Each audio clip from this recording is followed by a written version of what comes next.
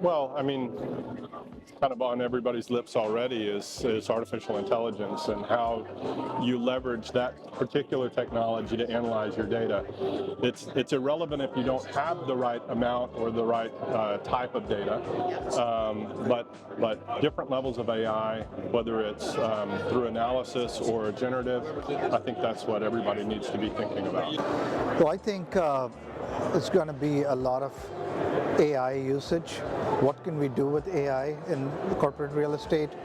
How we can take information and get better data insights into, for example, leases or property management, asset management, things like that potentially not happening as efficiently today because there is so much data. But with AI, I see that efficiency being gained to the point where I think we can make faster decisions, better decisions on business direction. It's a great question. So I think in the next couple of years, and 2 years in real estate is actually a really short time. We're really bad at innovating and we're really bad at going fast. But I think the one thing that will have the biggest impact in the next couple of years is us actually having data, finally, that we can use to make informed decisions on. And once we've all got to the point where we have that, we're now going to be able to make the changes that we've probably been wanting to make for the last 3 or 4 years, and haven't really had the confidence to be able to do it. I would say the normalization of hybrid work and moving past return to office and what the new normal looks like, how many people are in the space, how we design space, how we measure and track, and how that impacts the density of the people and the amount of energy we use.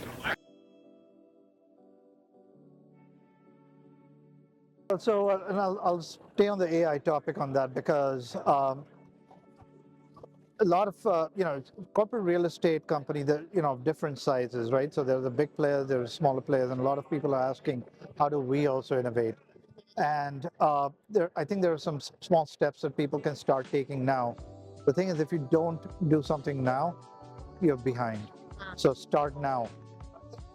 Start that journey so that because when you do plan to start that journey, you'll still have to go through some of those steps, right? There is no real magic behind this. There are some things you have to do, getting your data structure, getting your data infrastructure in place correctly, and then being able to actually use AI on top of that to give you those business insights. That journey has to be, every company will have to go through that. So let's start now. 2 or 3 huge challenges. These are great. I think the first biggest challenge is that we have to change the way that we've always done things. We have to learn new ways of designing space. We have to learn new ways of constructing space. There were some great sessions this week talking about the need to change the specifications that we're using when we're giving to construction companies, when we're giving to design companies around how we put more technology into the construction process so that it's easier for us to get information out and it's easier for us to make agile workplaces. So I think that's one of the things that we really need to change. And then once we've got that and we've built these new, more agile, more data-rich environments, then we're going to have the ability to start to use amazing things like AI to be able to make more adaptive, better workplaces for people. I definitely think you have the capital markets and financial side of a lot of leases coming due. People have a lot more space than they need. And this concept of flight to quality, the best tenants are moving to the best locations in the best areas of the best cities. What happens to the rest? Right. Secondary challenge is more and more data is becoming available across the real estate portfolio, but it's in silos, it's in point solutions. How do you bring it all together? How do you make value with it?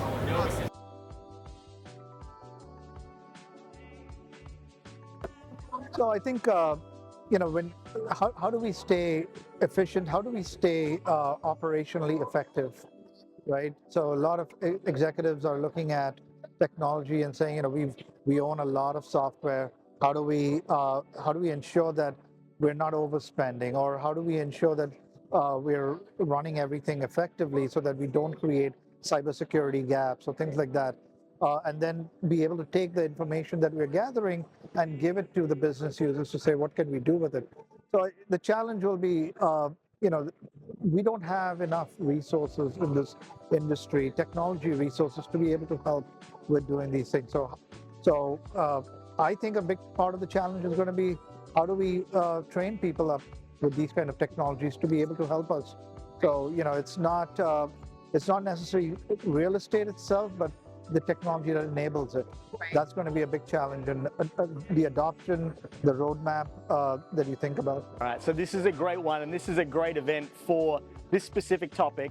And I think the number one underrated innovation that isn't being looked at enough is actually low voltage power and power over Ethernet. And I'm not just talking about power over Ethernet to lights, which we've been doing in buildings for a long time, but really taking this down to the core of how the building and how the workspace is operating. Using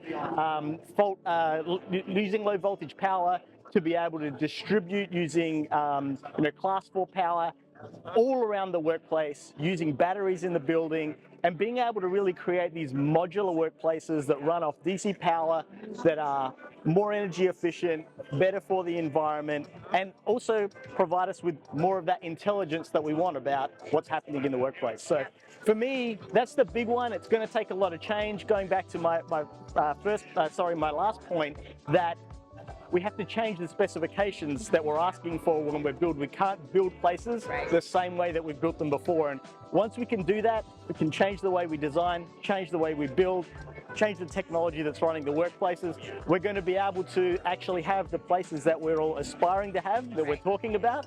But we have to start with ourselves. One is talent. As the generational talent changes over, we have a lot of tech savvy younger people coming into the industry, maybe coming in from other industries like technology. Otherwise, how do they get accustomed to real estate, and what disruption are they going to bring?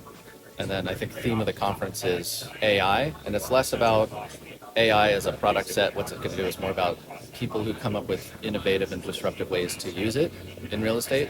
How much further ahead are they going to be?